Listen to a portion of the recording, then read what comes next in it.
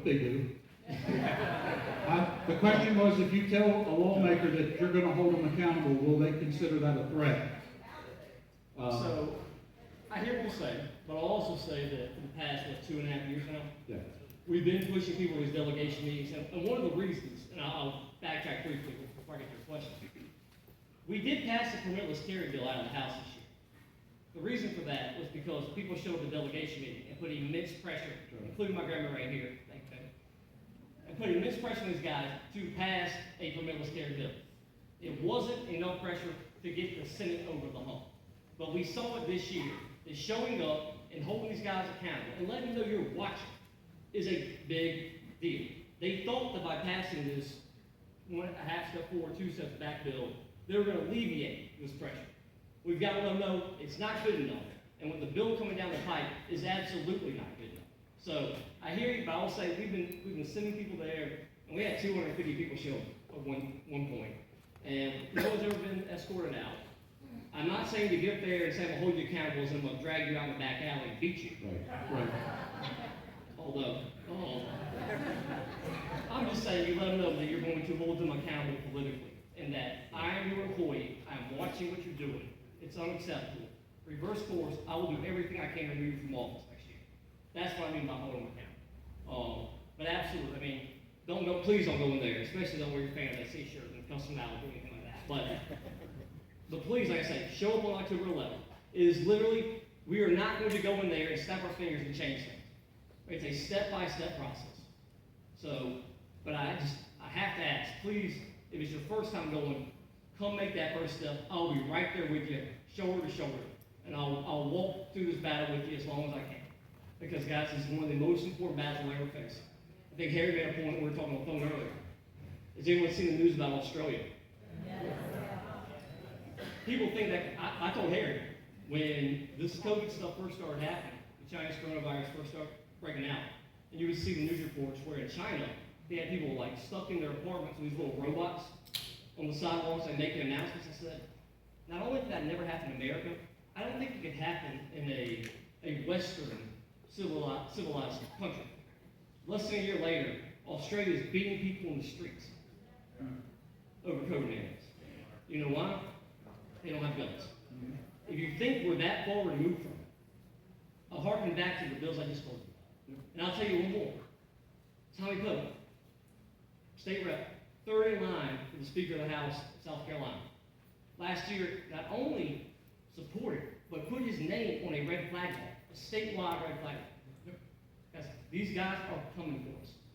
They do not want us to be armed. They don't want us to have rights. They want to be able to steamroll us and tell us what to do and when to do it. This is the fight. I hope you'll join me. Thank you, guys. Thank you, sir. All right, I'm going to go through a really quick update, if you will, about Greenville County and our Second Amendment rights, and then we're going to get to Sheriff Lewis. Before I do that, the time for comfort is over. I don't know how much more blunt I can be.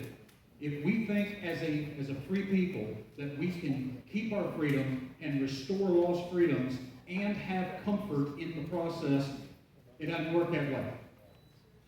The people who founded this country, they gave up comfort, okay? The people who have kept this country free all these years gave up a lot of comfort. Whether it be through the military training or actually serving somewhere. When they're out on the field serving and in a conflict, it's not comfortable. And if we think that we can be comfortable in this room and keep our freedoms, it doesn't work that way. It's time for us in this room to become very uncomfortable. Most people that is in this room, that are in this room, you're nice people, you're polite, you're thankful, you're appreciative, all those great qualities. And you may have to get out of your comfort level in order to confront an elected official. And when I use the word confront, I do not mean any type of profanity, threats of physical violence or any of that. I'm just talking about face-to-face. For example, I called Governor McMaster's office this past week, and I said, I'm calling to check on the health status of my governor. Is he okay? The person on the other end said, yeah, I'm pretty sure he's fine. Why? And I said, well, just a week or so ago, I heard him say that he was going to fight to the gates of hell, and I haven't seen or heard nothing from him since.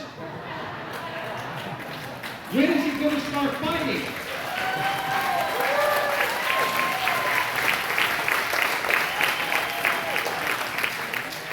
I don't like having those types of conversations.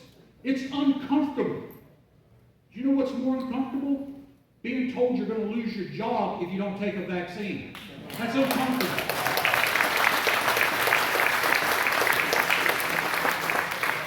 What I'm telling you is, I need you. I don't know how else to say it. You know that Uncle Sam needs you? I'm not Uncle Sam, but I need you. Everybody in this room, we need each other. And we got to get out of our comfort levels. We got to start actually doing stuff instead of being keyboard warriors on Facebook. Step up and do something. Seth mentioned about the sanctuary state part of the bill that was passed with open carry with permit. Greenville County is in the process of passing a county ordinance that they're calling a sanctuary county ordinance. Is anybody aware of that? Yeah. All right. Well, it went through the first reading. It's went through the second reading. My understanding is that they, just like they did in the state legislation, they have stripped the teeth out of it. All right. So the ordinance basically says, it sounds like a big tough ordinance. No public employee of Greenville County is allowed to work with the federal government on any issue that restricts your gun rights, or just something to that degree. But they took out any types of penalties for if you violate the ordinance. Now, I know traffic enforcement is just one of many jobs that our sheriff department does. But when you pull somebody over for speeding, in the law that gave you the authority to pull them over for speeding, it has the enforcement of that law. What the fine should be, or whatever. If I go into a store and I rob the store, it doesn't just say robbing a store in South Carolina is against the law. No, it says if you do it, this is the punishment for doing it. So I got in touch with my county council member. By the way, I highly encourage everybody in this room, and I'd be glad to hold it up and let you look, but I've got about 2,600 contacts stored in my phone. All right? I've got nearly every South Carolina state lawmaker, the governor, just about everybody in my phone, and I would at least encourage you to find out who your state lawmakers are, your senator, your state rep, the attorney general, the governor, your county council member, your school board member. Everybody that is your employee, you need to be able to communicate with them. Can you imagine running a business and you've got employees and you don't have their phone number? You don't have their email address? You've got no way to communicate with your employee? You wouldn't do that. Don't do it with our elected folks either. Get Hobart's email address. Be ready, willing, and able to hold Hobart accountable. All right? And I say that, of course, somewhat jokingly, but I'm quite pleased with the job you're doing. But if, as my friend, I can't hold you accountable, then who can I hold accountable? All right? So, I text messaged Lynn Ballard, my county councilman, last Friday, and I said, and you'll notice I talk a lot about holding people accountable. Listen to the words that I use, the language that I use, the tone that I use, and tell me at the end, is it abusive? Hello, Mr. Ballard. Do you plan to put the penalties back in the Second Amendment sanctuary ordinance? Question mark. Without penalties, the ordinance is worthless. I'd like to have your response. Thank you, Harry Kibler. No response. Yesterday morning, good morning, Mr. Ballard. I'd like to hear from you. I know he may be a little challenged with electronic communication, so I'm not sure if some of this is just misspellings or what. He writes back, this is Shad's ordinance, not mine. He brought the amendments and the ordinance passed. If you want additional amendments, contact him.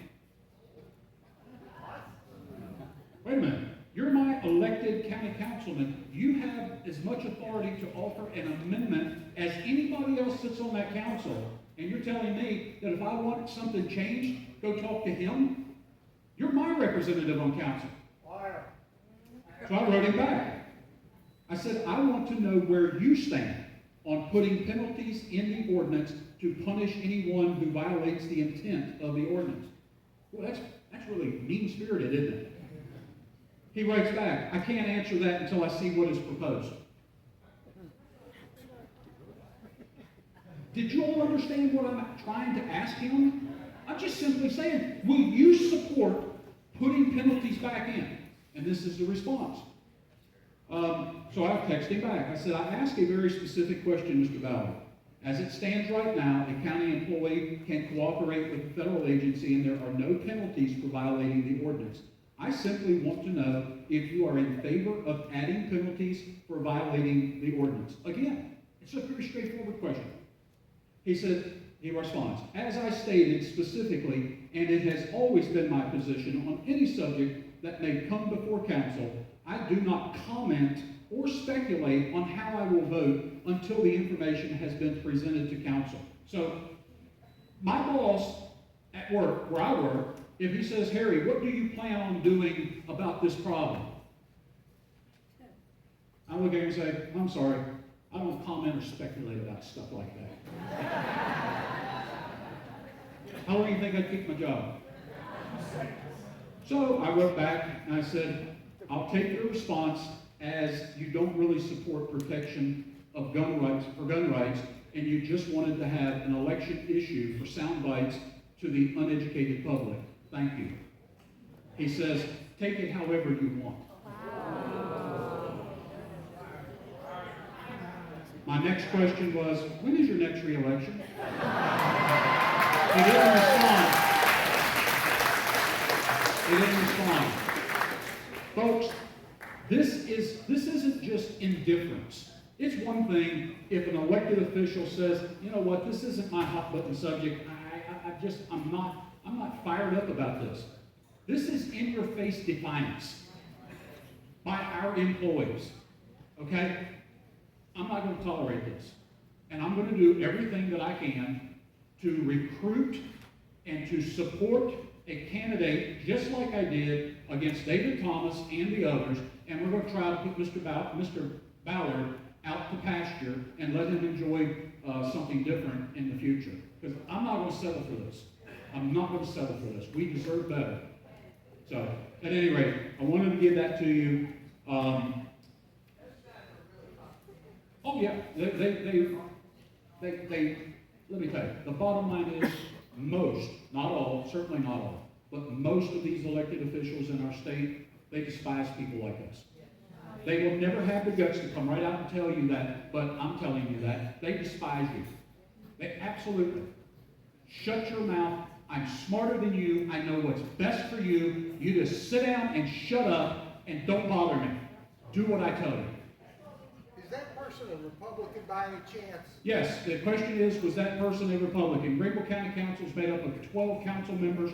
2 of them are Democrat, 10 are Republican. This is a Republican. All right? All right, I'm not going to continue with that. I give you the information. Now, I want to get you fired up. I want to get you active. All right? Next up, I want to introduce Sheriff Hobart Lewis, our